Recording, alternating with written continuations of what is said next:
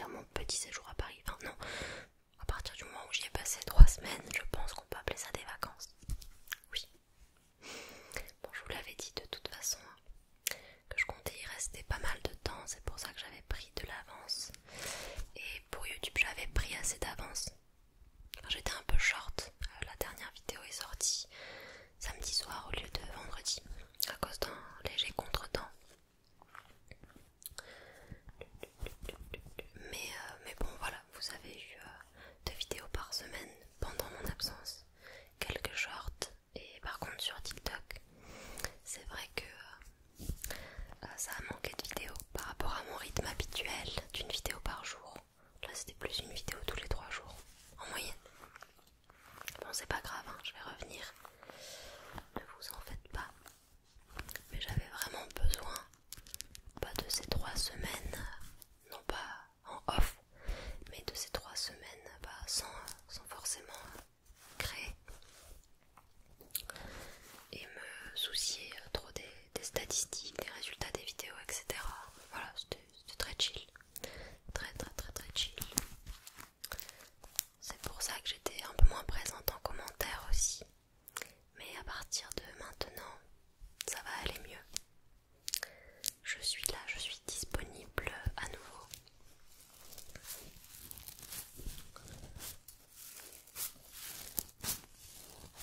Alors en fait, j'étais déjà allée sur Paris en février dernier, enfin fin janvier, début février. Et en début d'année, j'en avais profité pour faire beaucoup d'expos quand j'étais là-bas. Et ces vacances-là, elles n'étaient pas placées sous le signe des expositions. Mais c'était des vacances beaucoup plus chill, plus tranquilles. J'y suis allée pour vivre une vie de parisienne. Après j'ai quand même fait quelques trucs touristiques comme monter en haut de la tour Eiffel notamment, et d'ailleurs j'ai vraiment pas choisi le bon jour pour le faire parce que ce jour là il a fait un gros orage. Il a commencé à faire beaucoup de vent quand on était en haut, pas au dernier étage mais à l'avant-dernier. Le dernier étage était bloqué justement à cause de potentielles intempéries. Et du coup oh non, peut-être à cause des chaleurs, je sais plus. Bon bref, c'était pendant la canicule. D'ailleurs la canicule, on va en reparler après. Oui, donc j'étais en haut de la tour Eiffel quand il a fait un orage et je me suis demandé si c'était pas genre hyper dangereux parce que c'est une structure métallique hyper grande. C'est le point le plus haut de Paris il me semble. Donc théoriquement c'est là que la foudre devrait tomber, frapper. Et en fait non, parce que forcément c'est assez sécurisé. Je crois qu'il y a un système de paratonnerre, enfin bon, j'y connais pas grand chose, mais apparemment il y a très peu de chances pour qu'il arrive ce genre d'accident. Ce serait regrettable, n'est-ce pas? Je sais pas si c'est déjà arrivé. Bon, des décès à la tour Eiffel, je pense que oui, mais pour cette raison-là précisément, non. Je crois pas. Bref, c'était assez impressionnant et ça donnait une toute autre dimension à cette visite du monument le plus connu de Paris. J'y étais déjà montée il y a quelques années, mais j'en avais pas autant profité que cette fois-là. Il n'y avait pas énormément de monde ce jour-là, donc j'ai bien pu voir tous les points de vue différents depuis la tour Eiffel. C'était très beau, très beau. Et moi qui adore les orages, eh bien j'ai été servie. Bon, le problème c'est que ça a créé quelques mouvements de panique, hein, forcément. Et les gens commençaient un peu à s'entasser, à s'écraser les uns les autres. Donc il y a eu un moment pendant lequel j'ai eu un peu peur, je dois vous avouer. Ambiance Titanic. Mais ça s'est réglé assez rapidement. D'ailleurs je vous ai posté quelques stories sur Instagram. Si vous ne me suivez toujours pas, n'hésitez pas à le faire. Mon compte c'est Sleepy Marie ASMR, comme ici en fait, comme ici. ASMR, je sais plus si j'ai fait le R.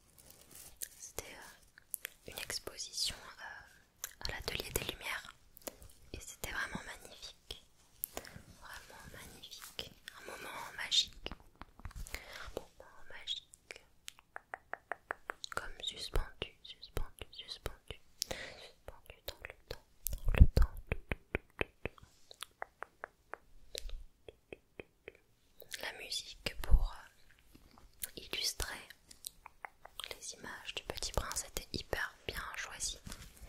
Hyper bien choisies. Oui, de base, j'allais sur Paris pour un concert le 22 juin, le concert de Nessa Barrett. Et ça s'est archi bien passé. C'est le premier concert que je faisais toute seule. Donc si vous me suivez depuis un moment, vous savez que je suis dans une démarche d'apprendre à faire des choses seule, plus avoir peur de les faire.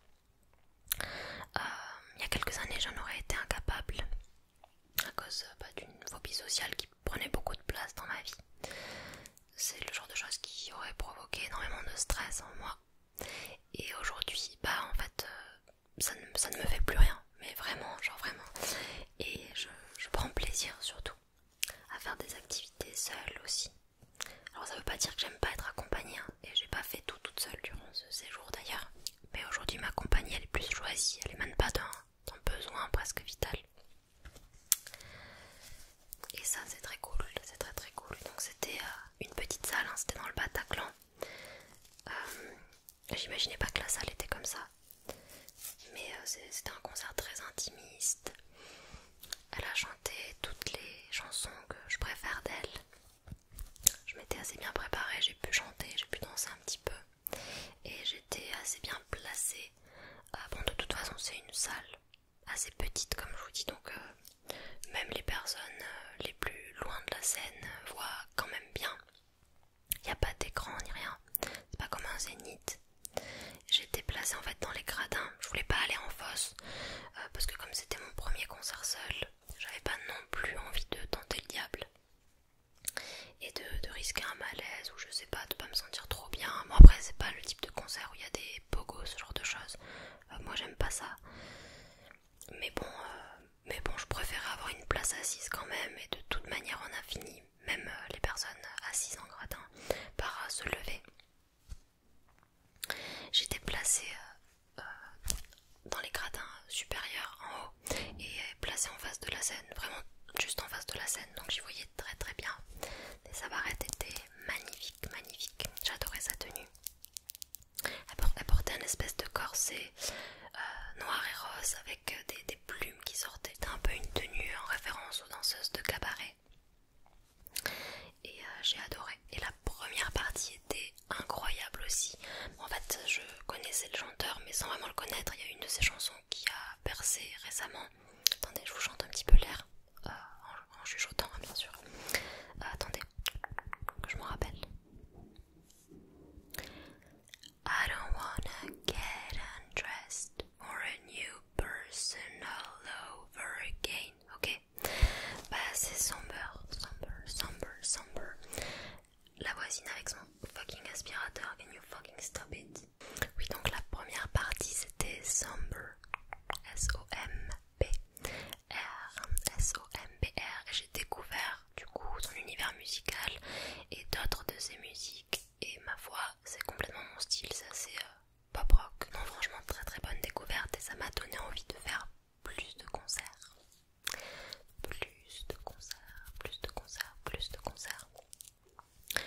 Ensuite, j'ai fait des activités assez basiques avec ma meilleure amie. Enfin, assez basiques, non, en fait, pas vraiment basiques parce que ce sont des choses que je fais pas forcément quand je suis chez moi par ici. Déjà, on a été faire nos ongles ensemble. Et c'est la première fois que je me fais poser des faux ongles. C'est beaucoup trop beau, voilà, j'ai craqué. Et on a fait une matching pose avec ma meilleure amie. Donc on a les mêmes. J'ai juste un petit nœud ici qui s'est cassé. Mais là ça fait déjà plus de 3 semaines que je les porte. Donc il faudra que j'y retourne. Et oui, ça m'a donné envie de m'en faire reposer. Parce que depuis que je les ai, je tape sur tout. Déjà que je le faisais avant. Mais alors là, ça devient presque maladif. Écoutez-moi ça. Écoutez. Puis pour les visuels, laisse-moi. C'est pas donné, mais c'est un art comme un autre. Et je pense pas que je le ferai tout le temps, mais de temps à autre. Et pour cet été, ouais, je me vois bien continuer à faire des poses comme ça. Alors il y a des sortes de capsules en fait, hein, ce ne sont pas mes vrais ongles. Et puis après il y a du gel dessus. Du gel. Je crois que c'est ça. J'y connais pas grand chose. Mais waouh. Oh, j'aime trop les petites cerises là, vous avez vu. C'est magnifique. Qu'est-ce qu'on a fait ensuite? On a fait du shopping. Voilà. On a acheté 2 robes similaires. Un haut aussi similaire. On a été faire un billard. Voilà. Et franchement, je m'améliore au billard et je me choque.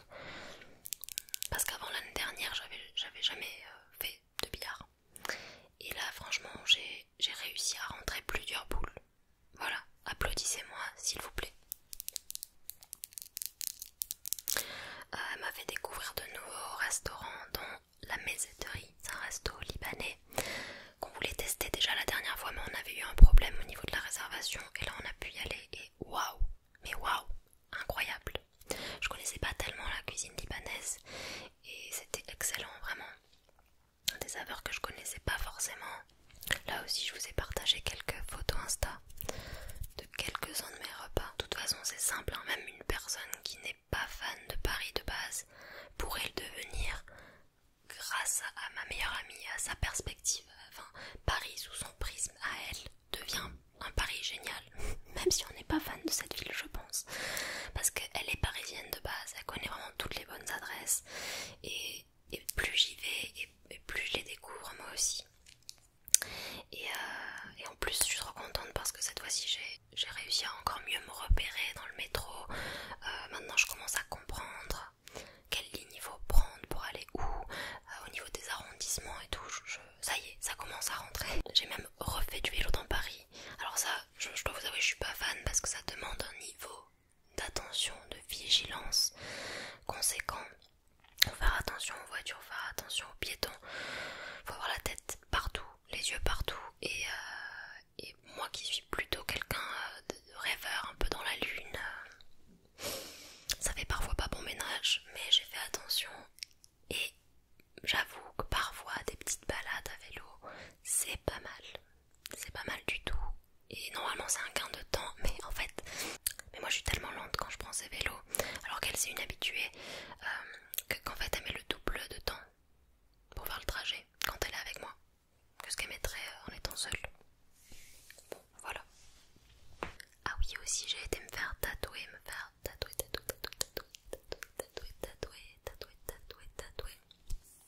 Je vous mettrai le salon de la tatoueuse, enfin son compte Insta juste ici. Son compte c'est pétale. Et le salon s'appelle Reborn. Il n'y a pas que du tatouage dans ce salon. Elle fait aussi du nail art. Il y a une nail artiste qui travaille là-bas. Et elle pose des strass dentaires aussi. Il y a 2 tatoueurs. Il y a elle et un autre. Et donc, fan quoi. C'est ma première typo. Alors là, il est en phase de cicatrisation. Il n'est pas à son max. Il n'est pas à son apogée. Mais j'en suis très fan. Très fan. C'est un flash que j'avais repéré il y a quelques semaines. Et j'ai profité de mon séjour sur Paris pour me le faire tatouer. C'est la phrase « Rien ne restera ». Rien ne restera.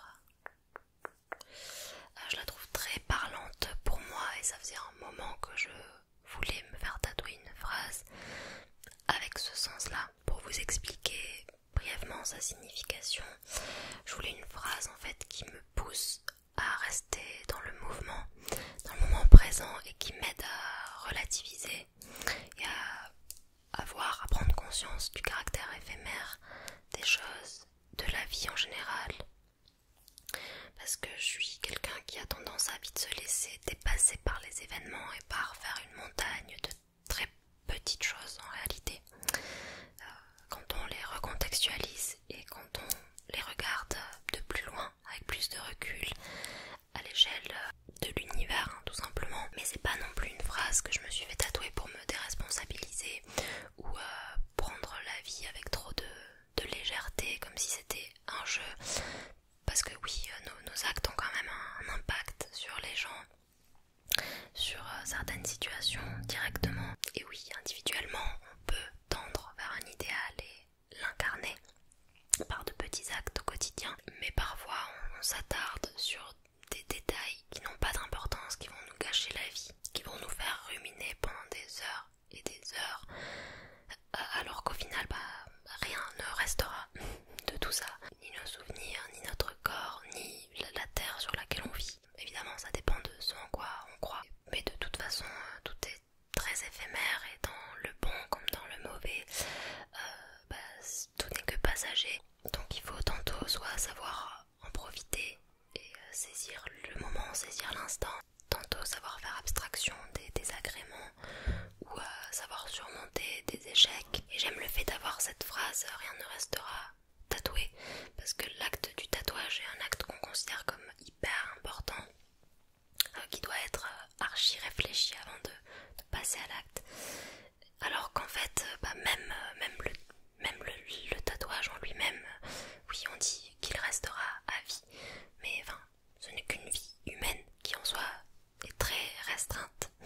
Et même ce tatouage finira par disparaître en même temps que moi.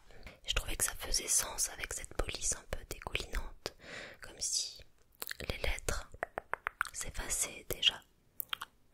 Je l'aime beaucoup, je l'aime beaucoup, je l'aime beaucoup. Je pense qu'il aura besoin de retouches par contre, et c'est la première fois, il me semble. Ah non, il y a ma chauve-souris aussi qui en aurait peut-être besoin, il faut que je recontacte la tatoueuse. Ouais. Je sais pas pourquoi, depuis les 2 derniers, je cicatrise un peu moins bien. C'est peut-être à cause des médicaments que je prends, je sais pas. Mais ouais, les 2 derniers ont un peu moins bien cicatrisé que mes précédents tatous. Bon, celui-là ça va, hein, c'est surtout parce qu'il y a un aplat noir qui mérite d'être un petit peu repassé sur cette aile surtout. Rien de dramatique non plus. J'ai fait pas mal de balades aussi sur Paris. J'ai visité beaucoup de parcs. Le parc Monceau était hyper joli. Les jardins du Luxembourg aussi. J'ai pu faire un petit pique-nique là-bas. Enfin bref, c'était vraiment 3 semaines très riches, très intenses. J'adore Paris. Est-ce que Paris m'adore en retour? Rien n'est moins sûr parce que je suis quand même tombée malade 2 fois là-bas. Au début, j'avais une sorte de bronchite, j'arrêtais pas de tousser. J'ai été chez le médecin là-bas, il m'a prescrit des médicaments qui m'ont permis de faire passer cette toux atroce. Et puis après j'ai eu droit à quelques péripéties d'avant-départ. Mais je galère toujours un petit peu au niveau de mes départs. C'est peut-être parce que j'ai pas vraiment envie de partir, c'est un peu comme des actes manqués qui s'accumulent. Donc là j'avais pris un trajet retour en train pour le 5 juillet. Le 5 juillet. Le 5 juillet. Donc bon, je me rends à la gare. Sauf que je commence à me sentir mal et je reconnais les symptômes physiques d'une cystite puisque j'en ai déjà fait par le passé. J'avais donc envie d'aller aux toilettes. Hein. C'est pas glamour ce que je vais vous raconter. C'est pas cute. J'avais envie de pisser sa mère, ok? C'est bon pour vous. Je savais très bien que j'allais avoir 4 heures de train et 4 heures non-stop avec une cystite, avec l'envie pressante d'aller aux toilettes. C'est pas possible. Enfin, j'aurais fait chier tout le monde parce qu'en plus j'avais la place côté vitre et en fait je voulais pas y aller comme ça et en fait j'avais un petit peu de temps avant mon départ, donc je me suis dit let's go, on va trouver une pharmacie parce que depuis quelques temps maintenant on peut se rendre directement en pharmacie sans avoir besoin de passer par un médecin. Ils peuvent nous faire le test urinaire sur place, voir s'il est positif et s'il est positif nous donner une monodose d'un médicament pour atténuer les effets, les symptômes de la cystite. Ce sont des médicaments qui mettent plusieurs heures à agir, donc quand on ressent les premiers symptômes, enfin, il vaut mieux le prendre de suite, ce médicament, sinon après bah, ça s'empire, et je sais que j'ai déjà eu une pyélonéphrite en ne traitant pas correctement une cystite justement. Et après ça monte au rein, ça peut être beaucoup plus grave. Donc là, je me suis dit ok, sois raisonnable, va à la pharmacie. Donc je vais à la pharmacie. C'est un peu galère parce qu'ils me donnent un pot, ils me disent voilà, nous on n'a pas de toilette, il y a une collègue dedans, soit.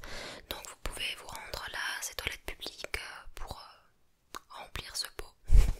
J'y vais, je reviens, je donne mon pot et là je vois l'heure passer, je vois l'heure tourner et à ce moment-là on annonce un retard sur mon train parce que bagage abandonné. Voilà, la raison c'était un bagage a été abandonné, une équipe est en cours d'intervention, blablabla. Je me disais bon, j'ai le temps. Je donne mon pot, j'attends et quelques secondes plus tard on me dit d'évacuer la pharmacie. Qu'en gros ils sont en train d'installer des banderoles, de créer un périmètre de sécurité parce qu'il y a eu une alerte et tout ça. Enfin bon, ils ont tout un protocole à suivre quand il y a un bagage abandonné. Donc j'évacue la gare, je sors dehors et mon train à ce moment-là devait partir genre 15 minutes plus tard, 15-20 minutes plus tard. Je vois que du retard s'accumule, donc 20 minutes s'ajoutent à ce retard encore. Là je suis dehors et je me dis ok, mais là ils ont un pot rempli de mes urines, j'ai même pas pu avoir mon résultat. Qu'est-ce que je fais? Je suis dehors, je ne peux plus rentrer dans la gare, je ne peux plus rejoindre ma voie parce que le périmètre est sécurisé, on ne peut plus rentrer. Je me dis ok, je vais trouver une autre pharmacie pour refaire ce test parce que j'ai besoin de ces médicaments. Donc je vais dans une autre pharmacie. Cette pharmacie ne réalise pas de test urinaire. Je vais donc dans une autre pharmacie. Et cette fois on accepte de me refaire un test, sauf que cette pharmacie est un peu éloignée par rapport à la gare. Mais je me disais bon, le train a pris du retard, blablabla. Donc je réalise mon test. Évidemment, il est positif, hein, je le savais. On me donne le médicament, je le prends. Je suis un peu rassurée parce que je me dis c'est un mauvais moment à passer, des sensations très peu agréables mais qui vont s'estomper d'ici quelques heures, donc ça va. Je vais pas rentrer chez moi en étant complètement malade. Et là je vois l'heure qui tourne et je vois que mon train est parti, enfin sur l'appli ça s'actualise pas en fait, c'est un peu compliqué. On me dit pas qu'il est parti et on me dit qu'il a du retard, qu'il accumule beaucoup de retard. Je retourne dans la gare et sauf que sur les panneaux d'affichage ils affichent plus mon train, donc je suis partie du principe qu'il était parti. Et à ce même moment en fait il y avait des grèves, donc il y a beaucoup de trains qui ont été annulés et les gens à ce moment là pour leur départ en vacances, ce qu'ils ont fait c'est qu'ils ont réservé en masse pour les jours à venir. Ça a fait grimper les prix des billets de manière folle et je pouvais pas rentrer chez moi les jours suivants à moins de dépenser genre entre 150 et 250 euros pour un billet. Et même ces trajets là ils duraient de 14h à 21h parfois, enfin limite il fallait faire tout le tour de la France pour arriver à destination. Bah non merci en fait, sans façon. Comme je logeais chez ma meilleure amie, j'ai cette chance là en fait de pas avoir à payer un hôtel. Et donc ça dérangeait pas du tout ma meilleure amie que je revienne ce soir là pour dormir chez elle et à attendre afin de trouver une solution à ce problème. Et là je commence à comprendre que c'est vraiment la merde. Je vois que le prochain train part le 12 juillet. J'avais plus d'avance vidéo et si j'ai plus de vidéo j'ai plus d'argent. Enfin en tout cas mon salaire va décroître et avec ma situation actuelle c'est une chose que je peux pas me permettre. J'avais pris 3 semaines d'avance mais c'est tout quoi, j'avais pas plus. Donc là je me dis waouh, c'est tellement la merde. Je regarde les bus c'est 12 heures minimum, hyper cher en plus, genre minimum 111 euros pour prendre le bus, enfin bon bref. Moi je me dis j'ai vraiment pas envie en fait. Je regarde les Blablacar, hyper cher aussi, départ à des horaires qui me conviennent pas. J'avais pas envie de rouler la nuit, je suis pas habituée à prendre Blablacar, j'avoue que je suis pas fan. Je l'ai déjà fait une fois mais avec ma mère seule, ça me tente pas trop. Puis j'avais une énorme valise, j'avais peur qu'elle rentre pas dans le véhicule si on est 5 dedans et que chacun amène une aussi grosse valise, c'est pas possible. Puis même en fait c'est Blablacar, ils s'arrêtaient pas dans ma ville ville précisément, ils allaient me déposer quelque part près de chez moi, mais pas chez moi-même. Donc je me dis non, bah bus, hein, bus. Et je réserve un bus Blablacar pour partir le lendemain à 9h. Je me dis bon ok, ça va être une mauvaise journée à passer pendant 12 heures, ça va être chiant. Mais au moins j'ai eu un moyen de rentrer chez moi et ça c'est cool. Donc je fais mes trucs, je mange, je vais me coucher, je règle mon réveil pour 7h. Parce que je me dis voilà que ces 2 heures sont suffisantes pour me préparer le lendemain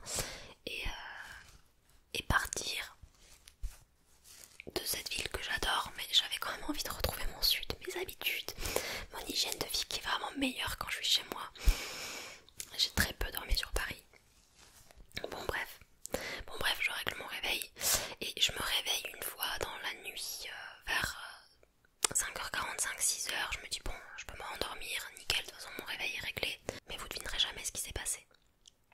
Si vous allez deviner. Mon réveil n'a pas sonné. Enfin c'est pas qu'il n'a pas sonné. Il était en train de sonner, puisque quand je me suis réveillée, que j'ai regardé mon portable et que j'ai vu l'heure 9h11, j'ai vu que je pouvais arrêter la notif du réveil qui sonne. Le problème c'est que sonorement, j'entendais rien. Il y avait rien qui se passait. Je sais pas, ça m'était jamais arrivé avant, il fallait que ça m'arrive ce jour-là. Voilà, donc là ça faisait beaucoup quand même, hein. La cystite, l'évacuation de la gare qui m'a empêché de reprendre mon train, plus le réveil qui ne sonne pas. Voilà. Bon bah pour le coup là je serais pas remboursée, hein. Donc j'avais déjà dépensé pour le premier billet 90€, pour celui-ci 110. Et là je commence à me dire c'est chaud, ça va être tendu. Et heureusement j'avais reçu les sous d'un partenariat quelques jours avant, mais sinon j'aurais été en négatif et j'aurais dépassé mon découvert autorisé, donc j'aurais pas pu prendre mon billet retour. Et heureusement juste après j'ai trouvé un départ pour midi 6 et j'étais trop contente parce que c'était presque indirect, il y avait juste un arrêt dans une ville que je connais bien qui est très proche de chez moi. Ah attendez, je m'étire. Ah ça fait du bien de s'étirer. Ouais, donc je suis rentrée comme ça. Il restait plus que des places en première classe, première fois que je prends un billet première classe. Bon je l'ai senti passer aussi, hein. Ça m'a coûté 144€. Je vous laisse faire le calcul du prix de mon retour.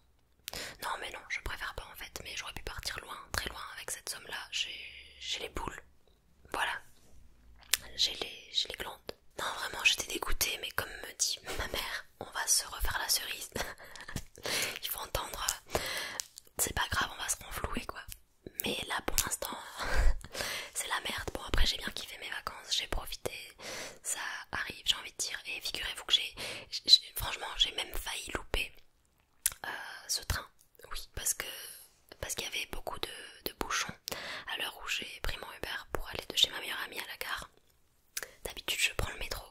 Là je me suis dit bon je vais sécuriser le truc un maximum et je vais prendre un Uber. Il s'avère qu'en fait c'était pas forcément plus rapide. Mais je pouvais pas porter ma valise parce que les roues se sont cassées tellement il y avait de poids dedans. Oui parce que partir 3 semaines, pour moi ça équivaut à amener toute mon armoire. Mais bon je vous raconte pas mon soulagement quand j'ai fini par me retrouver vraiment dans mon train retour. Waouh, j'étais tranquille, j'étais libérée d'un poids. Et là je suis rentrée depuis hier. Voilà, depuis hier je suis rentrée. Et en plus j'ai eu peur parce que normalement j'avais un contrat à honorer avec une marque pour laquelle j'étais censée filmer ce matin même. Il s'avère que aussi de leur côté ils ont eu pas mal de soucis de retard. Donc je sais pas trop où ça en est, je sais pas trop si ça va se faire, j'attends leurs nouvelles. Moi j'ai envoyé un mail vendredi, on verra. Et sinon aujourd'hui voilà je me suis remis à tourner, ça m'avait beaucoup manqué. Ça m'avait beaucoup manqué. Ça m'avait manqué. Donc là c'est mon deuxième tournage de la journée et j'ai hâte de filmer cet après-midi aussi. Pour l'instant j'ai tourné une vidéo attention personnelle spéciale canicule, enfin une vidéo rafraîchissante en gros. Et puis cette vidéo update de vie. Pour les prochaines, je pense que je vais tourner une vidéo fast and agressive, ouais. Et peut-être un massage crânien, des valeurs sûres. Voilà pour mon retour, c'est peut-être le mieux. Bon sinon la ça va mieux. Je dois vous avouer que ça a été une bouffée d'oxygène ces vacances et que je me suis sentie heureuse pour la première fois depuis longtemps. Voilà, dans la dernière update de vie, je vous disais que depuis février c'était compliqué, que je traversais une période assez sombre et que je me sentais très seule. Bah là c'est plus le cas. Je suis sur la remontée de la pente et ça fait du bien, ça fait beaucoup de bien. L'été y est pour beaucoup aussi, hein. Bon, pas des températures à 37 degrés s'il vous plaît, mais le beau temps, on adore, c'est important pour le moral. Je me sens bien, j'ai pris conscience de beaucoup de choses concernant ma dernière relation et je suis sûre qu'il y a de belles choses qui m'attendent.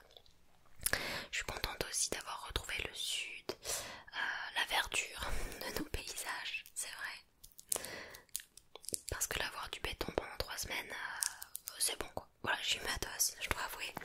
2 semaines de vacances sur Paris, c'est bien. 3 semaines, ça commence à faire beaucoup pour moi. C'était trop bien, voilà. Mais contente de retrouver le sud, hâte d'aller à la plage aussi. Dans quelques jours, il y a mon anniversaire, le 11 juillet. Le 11 juillet, donc c'est trop bien. Je vois bientôt ma meilleure amie, c'est elle qui descend dans le sud cette fois à partir du 16 juillet. Donc j'ai même pas eu cette petite phase déprimante post-vacances avec ma bestie. Je suis trop contente. Au niveau du chant, comment ça se passe? Et ben en fait je ne sais pas. Voilà. Parce que mon ingé son, c'est une personne qui fait partie du cercle social de mon ex et je sais pas trop si ça poserait problème qu'il continue à mixer mes chansons, mais il est possible que je change d'ingé son, je sais pas encore en fait, parce que ça fait quand même plus de 9 mois que j'aimerais qu'il mixe un projet qu'il n'a pas pu mixer. Ce que je peux comprendre, il n'y a pas de souci, mais du coup c'est vrai que moi j'aimerais bien avancer. Musicalement parlant aussi, ça me ferait du bien de me reconnecter à cette passion qui me permet de reprendre confiance en moi et d'extérioriser mes émotions. Voilà, niveau collab, partenariat, ça y est, j'ai un petit regain d'espoir là, il y a de nouvelles marques qui sont venues à moi et de nouveaux projets en préparation, donc franchement, trop cool. Là, so far so good, tout va bien, je me sens bien. Je me sens bien, je suis épanouie, je suis heureuse. Voilà, j'ai rien de plus à ajouter. J'espère que vous ça va de votre côté aussi. N'hésitez pas à me raconter vos news.